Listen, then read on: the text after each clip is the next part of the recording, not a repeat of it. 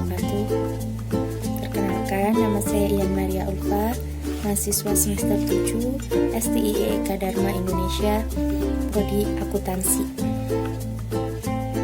Di sini saya akan menjelaskan bagaimana cara memimpin atasan. Nah, siapa sih atasan itu? Atasan itu seperti leader, supervisor, dan lain-lain yang memiliki jabatan lebih tinggi daripada kita. Tapi kita sebagai bawahan juga harus tahu bagaimana cara memimpin atasan.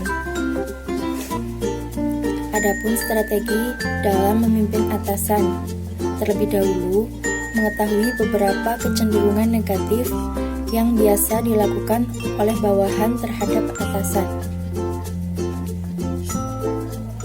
Dalam proses untuk memimpin atasan dalam sebuah organisasi, hal pertama yang harus didapatkan ketika kita ingin atasan kita mengikuti saran kita adalah rasa percaya diri. Jika rasa percaya diri sudah diraih, tanpa diminta, atasan pun akan bergantung pada dedikasi kinerja kita. Ada dua faktor psikologis utama jika ingin kita berhasil dalam memimpin atasan.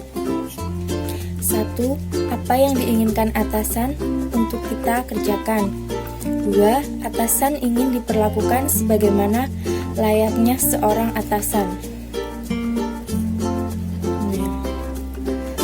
Hubungan atasan dengan bawahan perlu dijaga agar tetap sehat dan harmonis. Keduanya harus saling mengisi satu sama lain agar tercipta kerjasama yang produktif. Jadi, kita sebagai bawahan harus tetap menjalin kerjasama dengan atasan, supaya dalam pekerjaan kita akan tercapai dengan hasil yang memuaskan.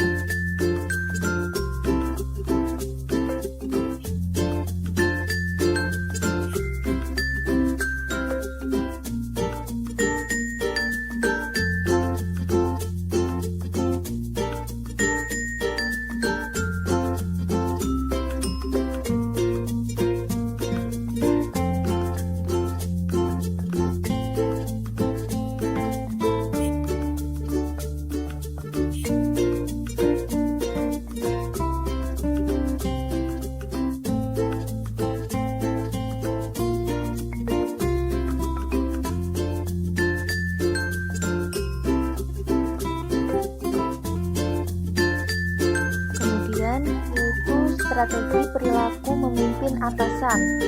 1. Strategi walk the walk. Kita sebagai bawahan menunjukkan kinerja kita yang dapat diterima dan dipercayai oleh atasan, sehingga pada akhirnya atasan akan secara sukarela menjadikan kita sebagai bawahannya.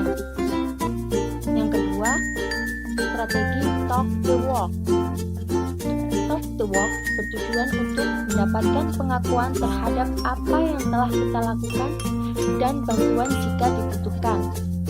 Dalam proses talk the walk, untuk memimpin atasan ada dua perilaku yang harus dipahami oleh setiap bawahan, yaitu menaati dan mengoreksi.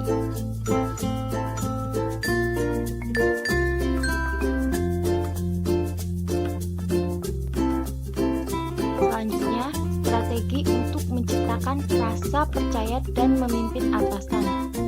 Pertama, prestasi. Kita juga harus punya prestasi yang baik supaya atasan percaya dengan kinerja kita. Kedua, partner kerja. Bersedia melakukan tugas kerja yang terkadang melebihi kewajiban, menjadi teman dalam berdiskusi. Kemudian membangun hubungan personal di luar jam kerja. Yang ketiga, inovasi kreatif.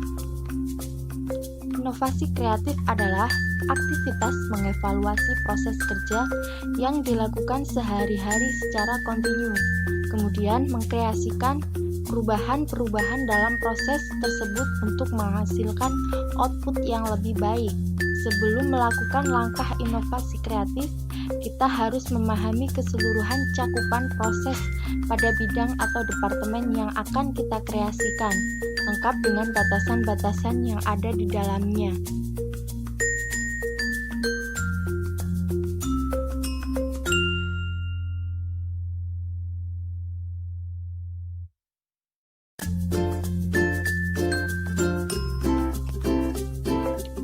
Tiga kunci sukses mengelola atasan.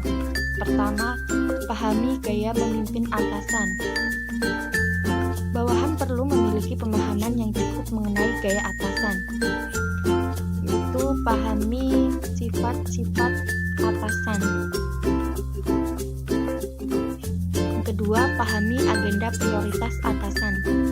Agenda prioritas tersebut merupakan sekumpulan sasaran atau pekerjaan yang harus dicapai. Bawahan harus memahami sasaran dan pekerjaan tersebut. Ketiga, pahami gaya komunikasi atasan. Bawahan perlu menyesuaikan gaya komunikasi dengan atasan.